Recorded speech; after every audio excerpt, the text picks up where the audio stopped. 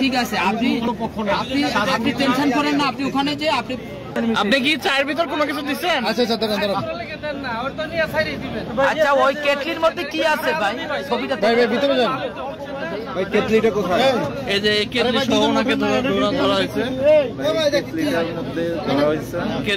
Kettle সহ ওনাকে পাওয়া হয়েছে এবং এই কেটলির ভিতরে কিছু রাখছেন।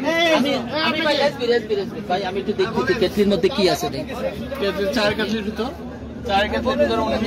এর মধ্যে কি আছে এর ভিতর কিছু। আচ্ছা ভাই খারাপ কোনো কিছু দেওয়া হয় না। আচ্ছা তাহলে ওনারা কি কারণে ধরছে অথবা কি বলছে? আরে এটা ভাই ভুল বোঝাবুঝি হয়েছে, বাস সন্দেহ ভিতরে নিজের মানুষ আনেন পক্ষ।